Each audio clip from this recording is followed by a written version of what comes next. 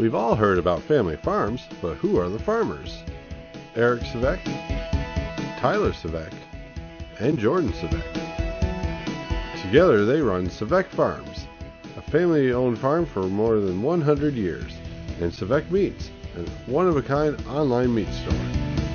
And this is their life on a farm. Hi everyone, welcome to another episode of Life on a Farm. It is currently May out, though right now you might not know it because it's cold. Very cold. So we've been doing lots of field work. We have to work the fields 2 to 3 times to be able to plant corn after corn because there's so much corn stalks. One thing you always get people asking you is, oh, it's like May 1st. Do you have all your stuff planted yet? No. We're trying to wait for it to warm up, so next week we'll be planting some barley and then getting the corn. Yes, it feels like we're getting a little bit late because it's the 1st or 2nd right now, and you'd like to have something planted, but you also want it to grow. And it won't grow if it's too cold. It could rot out the seed if it's too yes, we have wet had and cold, so. Years where we planted corn and it just doesn't do well. It doesn't come up well because the ground gets hard or something goes wrong with the seed because it's in the ground too long. So one of the hard parts about figuring this out is you have 1,000 acres you farm. You have 20 different fields, and some of the fields had cover crop last fall. So you try to figure out how much fertilizer. What does a cover crop do for people who don't know what a cover crop is? We usually spread hog manure or put fertilizer on a crop in August and plant it, and its only purpose is to grow tall and then gets winter killed by the snow. And then when you work it up next spring, you have all that fertilizer from the cover crop you planted, and that's really good fertilizer for raising a crop. And traditionally you'll get a bigger yield off of it and heavier crops. And weight's important. You'll always see a 10 to 20 bushel acre boost on fields where you had cover crops versus no cover crops. So then you want to make sure not use too much fertilizer. So in the springtime, you have to take a guess at how much fertilizer you had in that cover crop, how much fertilizer you're getting from the manure you're spreading, whether you spread it last fall or you're spreading it this spring. So it makes kind of every field is different. And so you can't just put the same amount of fertilizer on every field because it's all different depending on what you did. And some fields are sandier than others, and some are more clay ground, so that affects what you have to put on there as well. So there's way more desk work than people would think. And I can't do it all in February. I can do quite a bit in February, but we don't know how many fields how far our manure is going to go, and even what fields. Your crop rotation. Yeah, sometimes the crop rotation, you're not even sure on that. And then you don't know what fields, sometimes things change, I guess we're going to plant barley in this field, so it changes everything. So last couple of weeks I found every couple of days I have to come down and readjust the list a little bit.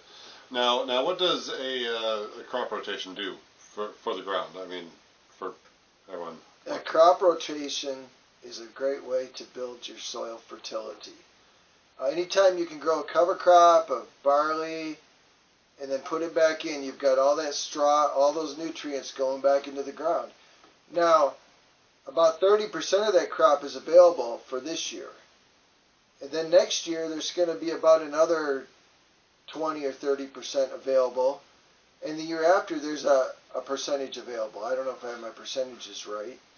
But when you do a cover crop, it's 3 years. You can see the benefits of it.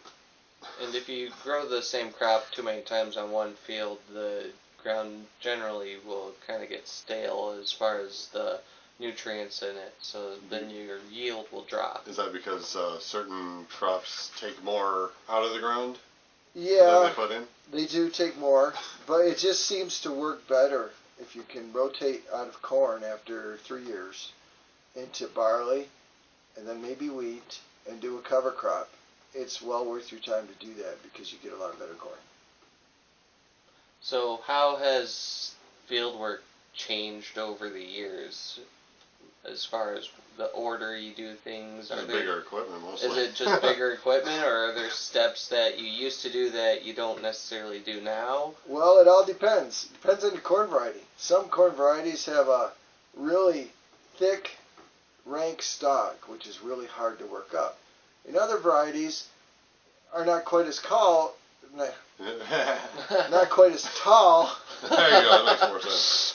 But they still stand good, but their stalk is not as thick. So when you get into those varieties, the field works up a whole lot easier than when you have these big rank stalks. Then it takes an extra trip.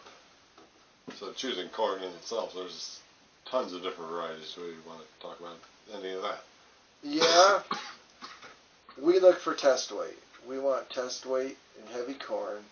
Because it provides better nutrition? It helps the pigs grow faster. They like it better. Pigs will grow a lot faster on heavy test weight corn. If it's light corn, they won't grow as well. So when we look for varieties, we try to get ones that are going to be heavy in test weight and dry down good, so we don't have to use too much gas in the dryer. Some activities on the farm, such as changing tires, you might feel like retiring early. And we have a funny video for you with this one tire that did not want to give it up. That's right. So, enjoy. Hats off. Okay, you can start. I did start it. All right. Hold up. How many times have you swung at this tire, Jordan? About 15 or 20. Tyler? 20. Dad's claim is that he'll get it in 5 hits. Sometimes this works.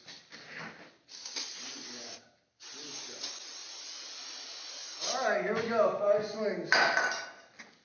Got to get my gloves on first. Get better traction. I think it's called better grip. All right, 5 hits. Here we go.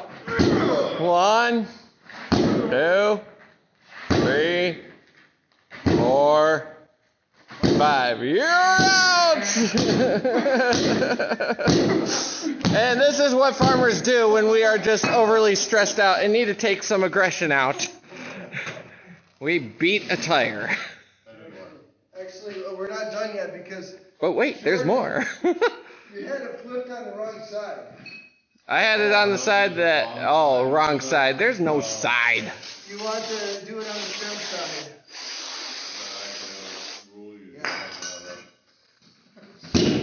So wait, you took swings at this before we did, right? Game over.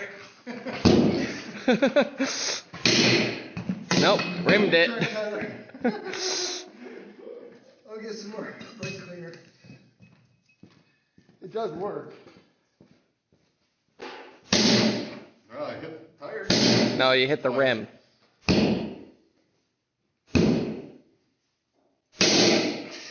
Ouch. I was speaking for the rim.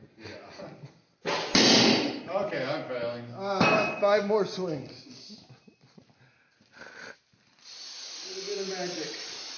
Hey, sometimes this actually works. Ooh, so magical. 5 swings. Take 3. 1, 2, 3, 4, 5. Go. Got it! Yeah! All right. Somebody's proud of himself. That's right.